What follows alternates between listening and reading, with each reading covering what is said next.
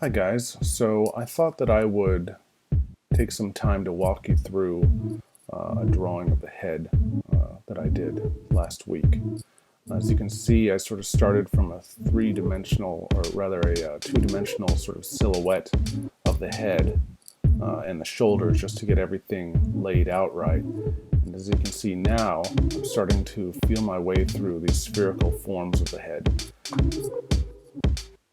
So the head is always going to take on this sort of round shape or this spherical shape. The idea that it curves around in space. It's sort of like a globe. We have the cranium, the cranial mass that's very circular and round.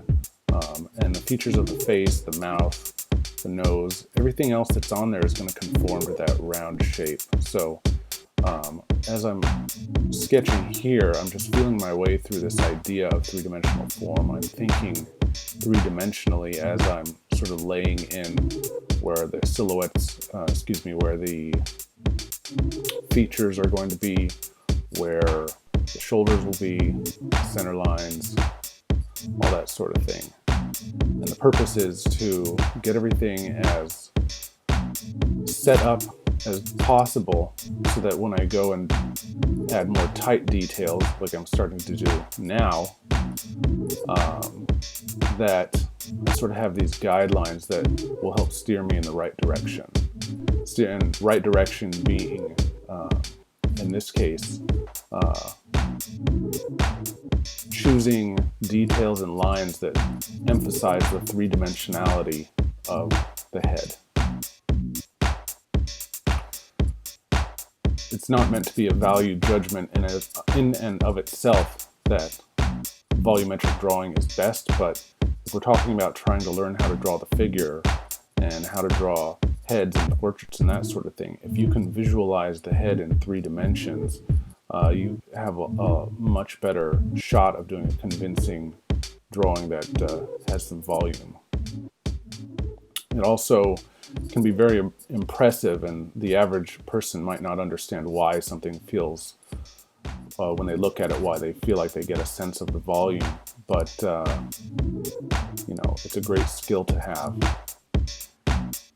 So as you can see here, I'm going back over my initial sketch, and as I'm laying in these lines, I'm looking very carefully at the photo, but I'm also thinking about volume. I'm thinking about how lines and details sort of curve around the form and how they're describing or not describing that spherical idea of the head itself.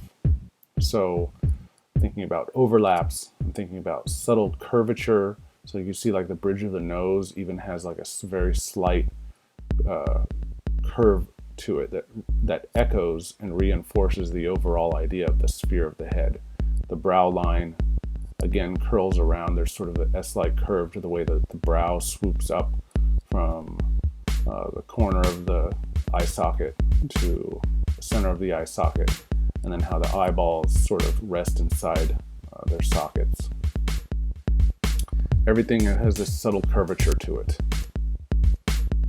It's telling the idea that this head is spherical, this head is round.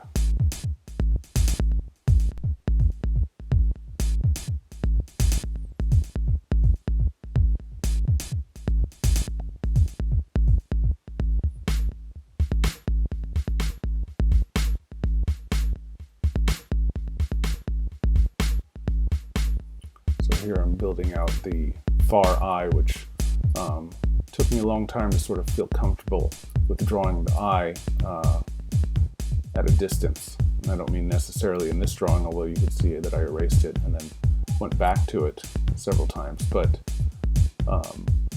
in terms of just being okay with my drawing, you might have seen 1 or 2 passes where I did that far eye and they might have seemed fine to you. You'll notice that I erased it several times to try and get it right. Well, when you're learning, sometimes things look better than you think they do. You might just not be used to seeing the eye that's far away. And at some point, you can spend a lot of time struggling and trying to learn all the minute details of the anatomy. And, you sometimes just got to stick with it until you get used to how something looks. So here I'm adding some of the hair, and I'm being very careful to curl the hair around in a way that both feels organic and true to the direction and the shape of the hair. But again, I'm being very aware of this idea that the overall shape of the head is a sphere, and I'm trying to choose lines and details that build out that spherical idea. So the striations of hair, the subtle shadows and highlights and that kind of thing. They're already, if you look at the photograph, they're already describing the roundness of the head. And as an artist, when I'm drawing, I've decided, hey, you know what? I want to try and draw this head to look like it has some dimension, so that it looks like it has some three-dimensionality to it, that it looks realistic, that it looks like a head that could potentially exist in a three-dimensional space in addition to a two-dimensional space. So in order to do that, it's important to choose the right details that will emphasize that story. You know, this drawing is largely devoid of shadows. However, the lines and the marks that I am choosing have a lot to do with shadows in terms of they represent plane changes, they represent subtle shifts in the form, and sometimes more dramatic shifts in the form.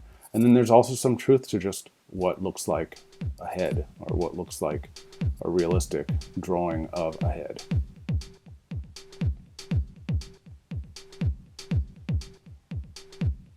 There's no substitute for putting in the work, for just doing the best drawings that you can.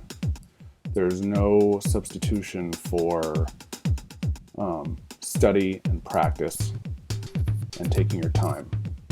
You know, they say there's the adage about it taking 10,000 hours to master something, and I definitely think there's some truth to that, but the most important thing is that it's not just putting in 10,000 hours. You can't just tune out and do mediocre work for, 10,000 hours, meaning, which probably translates to roughly 8 to 10 years with a study on a particular subject. So you can't just do mediocre work and expect to have mastery in something. You really have to take that 10,000 hours needs to be 10,000 hours of focused study and concentration. So all that's to say that you got to put in the work. There's no shortcut. The long way is the shortcut in one sense. So anyway, I've added some of the details for the neck. I've moved some aspects of the hoodie to try and build out the volume of that. Simple forms. Thinking in terms of three-dimensional shape, building up mass, building up volume. Not too concerned with shadows, but again, trying to decide how to use the shadows in a way that will give me, or that will inform the contour lines that I'm choosing to draw with. You'll notice occasionally I erase things and I go back into them. That's because drawing is redrawing, and it's not just trying to get an accurate representation of what you're representing, but also trying to tell the story that you want to tell. So I always think about drawing as a means of storytelling. And right now in this one, the story is volume, the story is shape, the story is it's a portrait.